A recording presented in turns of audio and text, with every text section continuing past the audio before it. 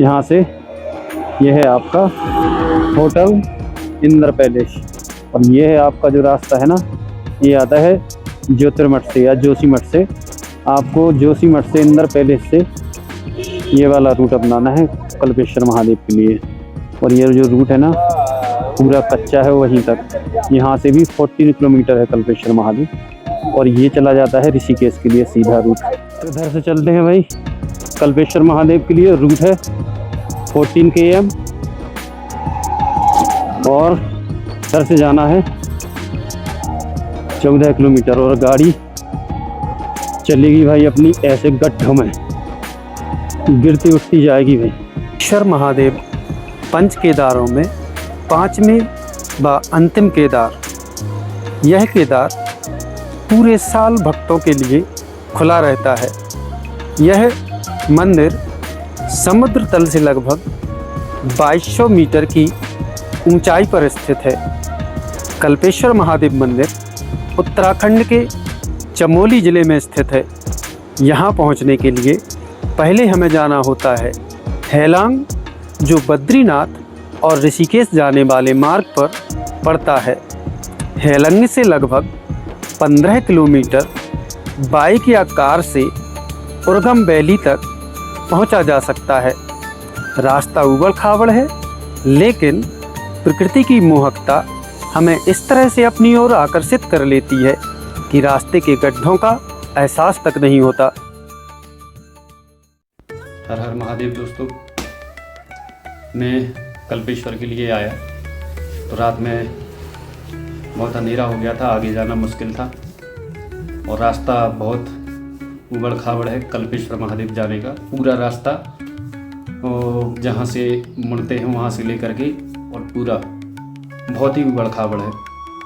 तो मैं यहाँ आकर के उर्गम वैली के एक छोटे से खूबसूरत गांव देवग्राम में एक होम स्टे में रुका हुआ था, और अभी हो गई है सुबह के बज रहे हैं 8, और मैं निकल रहा हूँ कल्पेश्वर महादेव मंदिर के लिए।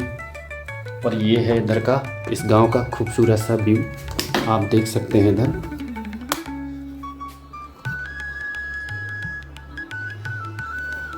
क्या खूबसूरत गांव है, पहाड़ों पर बसा हुआ। ये था मेरा जहाँ पर मैंने स्टे किया था, ये है।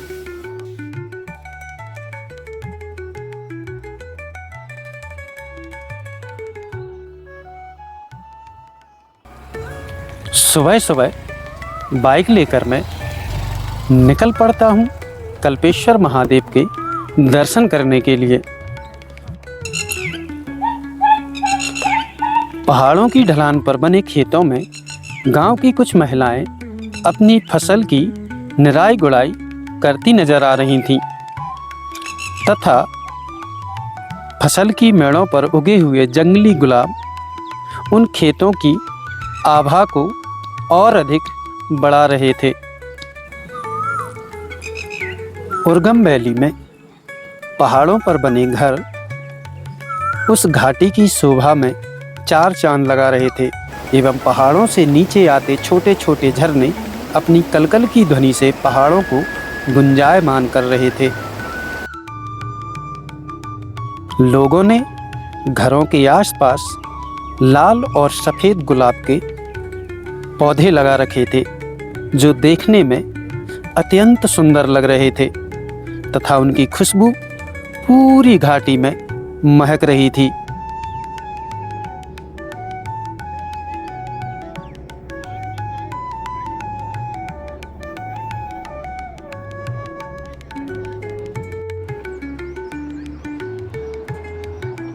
सूर्यदेव पहाड़ों के ऊपर चढ़कर अपने प्रकाश से पूरी घाटी के मौसम को और अधिक सुहावना बनाने के लिए आतुर हो रहे थे। पहाड़ों के इस सौंदर्य का आनंद लेता हुआ मैं और आगे की ओर बढ़ चला था और मंदिर के करीब चला जा रहा था।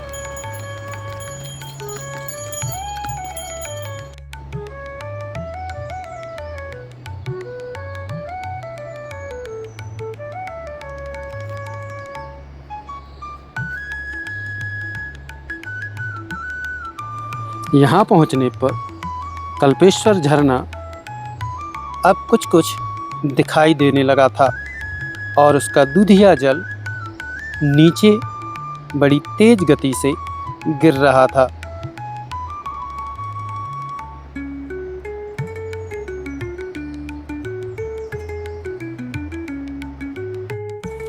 सड़क के दोनों ओर उगे हुए जंगली गुलाब के पौधे ऐसे लग रहे थे मानो कि मेरे साथ साथ चल रहे हों और अपनी सुगंध से पूरे रास्ते को महका रहे थे।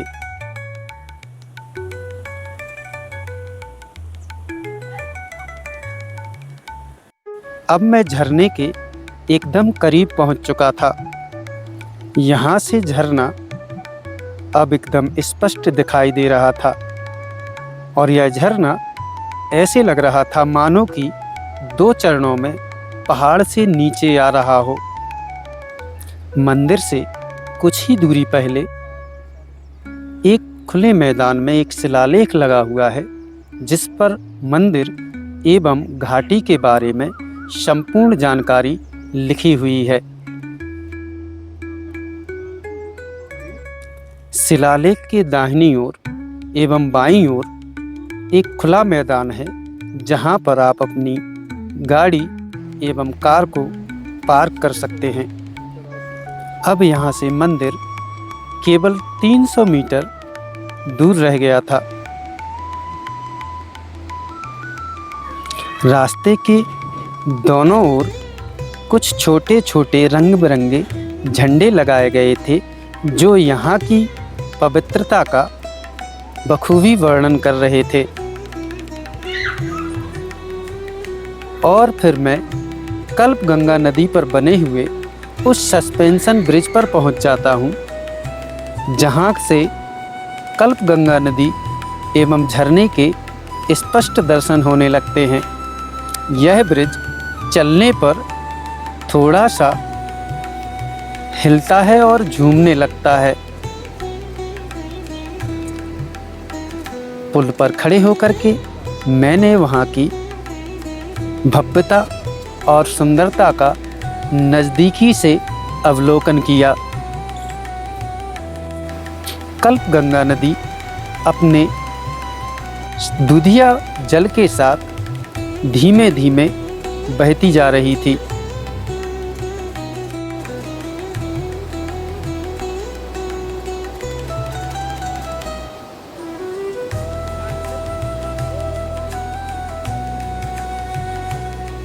पुल को पार करने के पश्चात मैं उन सीढ़ियों तक पहुंचा जहां से कल्पेश्वर महादेव मंदिर के लिए चढ़ाई शुरू होती है।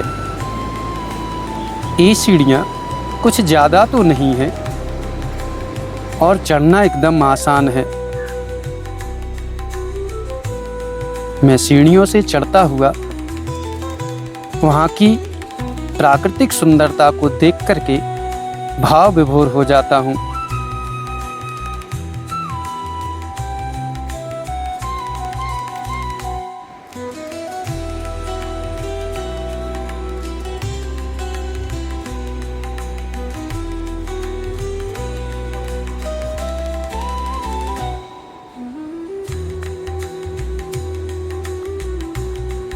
सीढ़ियाँ चढ़ने के बाद एक सकरे से गलियारे से होता हुआ मैं महादेव मंदिर की ओर बढ़ता चला जा रहा था।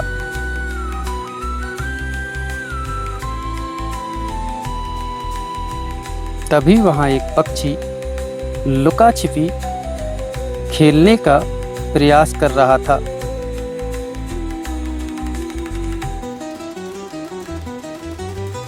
जैसे जैसे मैं मंदिर की ओर बढ़ा चला जा रहा था, एक असीम सी ऊर्जा मेरे अंदर भरती चली जा रही थी। मंदिर का मुख्य द्वार अब केवल 20 या 30 फीट की दूरी पर था और मेरा मन महादेव के दर्शन करने के लिए उछल कूद करने लगा था। जैसे ही हम मुख्य प्रवेश द्वार से अंदर जाते हैं, हमें एक चट्टान के नीचे बने हुए छोटे छोटे कई शिवलिंगों के दर्शन होते हैं। थोड़ा और आगे जाने पर हमें महादेव की चट्टान रूपी जटाओं के दर्शन होने लगते हैं। कल्पेश्वर महादेव मंदिर शिवजी की जटा स्वरूप चट्टानों के नीचे बनी हुई एक गुफा के अंदर है, जहां गर्भगृह में शिवजी की जटाओं वाले भाग के दर्शन होते हैं। मंदिर के पीछे बना है कलेवर कुंड। पौराणिक कथाओं के अनुसार महादेव ने इसी कुंड से समुद्र मंथन के लिए जल पात्र में जल दिया, जिससे 14 रत्न की उत्पत्ति हुई। इसी कुंड के जल से आज भी शिवजी का अभिषेक किया जाता है। फिर पंडित जी ने हमें कल्पेश्वर महादेव मंदिर की महिमा के बारे में बताया। पंच केदार है, ये पंच केदार में ये 12 महीने खुला रहता है ये मंदिर। यहाँ पे भोलेनाथ की जटा है और पहला केदारनाथ हो गया, वहाँ पीठ की पूजा होती है, पीठ के दर्शन होते हैं। दूसरा केदार मध्य महेश्वर, मध्य भाग की पूजा होती है, मध्य भाग के दर्शन होते हैं। और तीसरा केदार तुंगनाथ में भुजाओं के दर्शन होते हैं।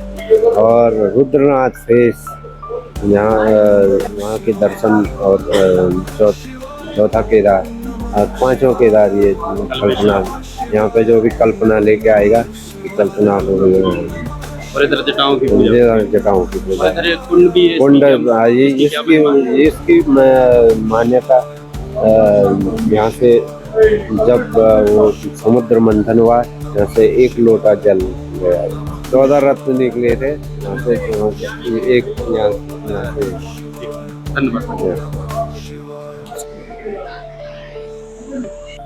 कल्पेश्वर महादेव के दर्शन करने के उपरांत मन शांत व स्थिर था। महादेव के मंदिर की यह यात्रा एक ट्रैक ही नहीं, बल्कि यह आत्मा से परमात्मा तक की एक सुखद यात्रा थी। हिमालय की गोद में बसा यह मंदिर उन यात्रियों के लिए एक वरदान है जो कम भीड़ और अधिक शांति की तलाश में उत्तराखंड आते हैं। महादेव के दर्शन और उनका अभिषेक करने के बाद एक बार फिर से आने का वादा करते हुए मैं अपने अगले धाम की यात्रा के लिए वहाँ से निकल पड़ा था। अपने होम स्टे पर आने के बाद अपना बैग और सामान लेकर के मैं अगले धाम की ओर बढ़ने लगा था।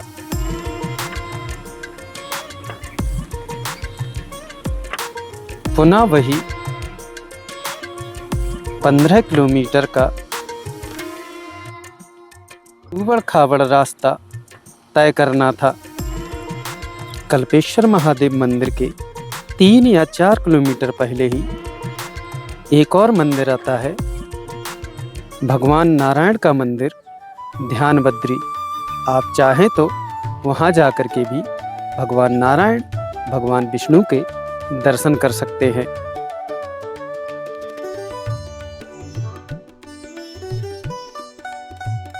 मैंने ध्यान बद्री के दर्शन भी किए और इसका वीडियो आपको जल्द ही इसी चैनल पर मिलने वाला है। 5 बद्री आपको इसी चैनल पर दर्शन के लिए उपलब्ध रहेंगे। कृपया चैनल को सब्सक्राइब करें, वीडियो को लाइक करें और कमेंट करें। हर हर महादेव। ये भाई कल्पेश्वर वाला मार्ग, और यहाँ का आप प्राकृतिक नज़ारे देखें। आप यहाँ कितने सुंदर और घने जंगल हैं। ये पूरा मार्ग कच्चा है, लेकिन अच्छा है। कच्चा है पर अच्छा है। आप बाइक से महादेव के मंदिर तक पहुंच सकते हो। बस 300 मीटर के आसपास चलना होता उधर। कल्पेश्वर छोड़ने के बाद मैं जा रहा हूँ अभी पंचबद्री में से भविष्यबद्री की तरफ।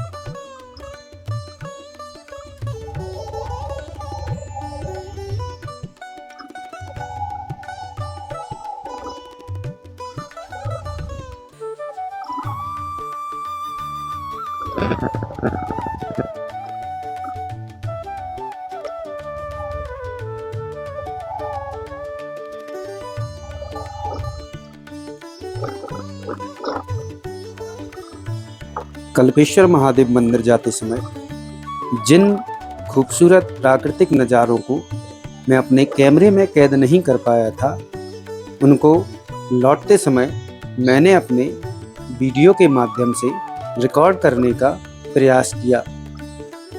रास्ते में जगह जगह तीखी मोड़ थे और रास्तों पर मेरे अलावा वहाँ कोई दिखाई नहीं पड़ रहा था। हरे भरे पौधे और पेड़ उन पहाड़ों की खूबसूरती को निरंतर बढ़ा रहे थे।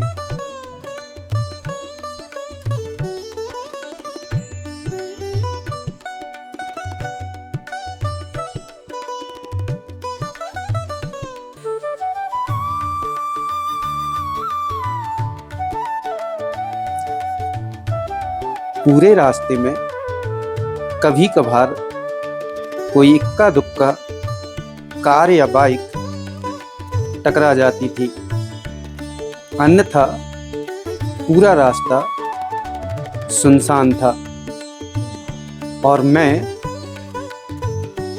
उस सुनहरे और खूबसूरत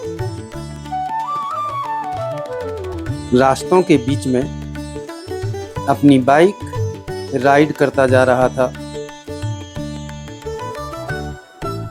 हवा एकदम धीमी और खुशबू से भरपूर थी।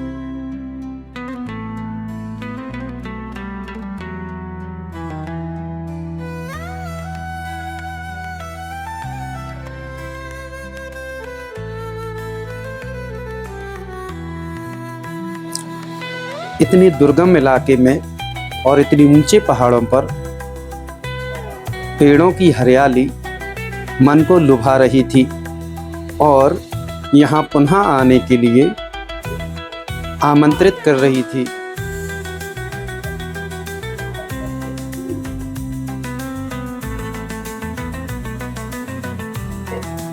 यदि आप प्राकृतिक सौंदर्य का भरपूर आनंद लेना चाहते हैं तो आप निश्चित ही कल्पेश्वर महादेव मंदिर आना चाहेंगे।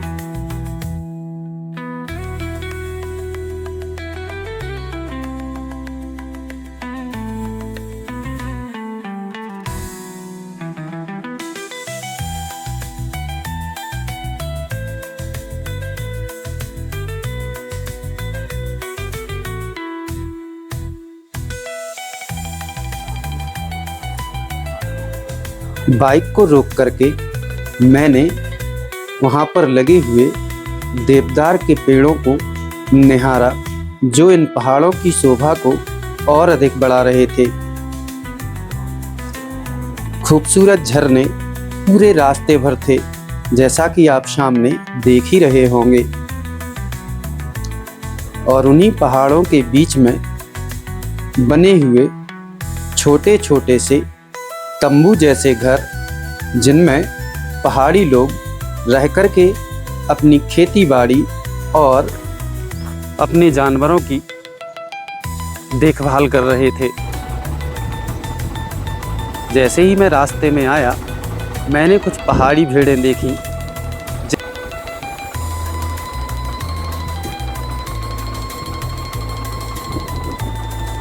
और अंत में कल्प गंगा पर बने ब्रिज को पार करते ही मैं पुनः हेलंग गांव आ जाता हूं और वहां से अपनी एक नए धाम की यात्रा शुरू कर देता हूं।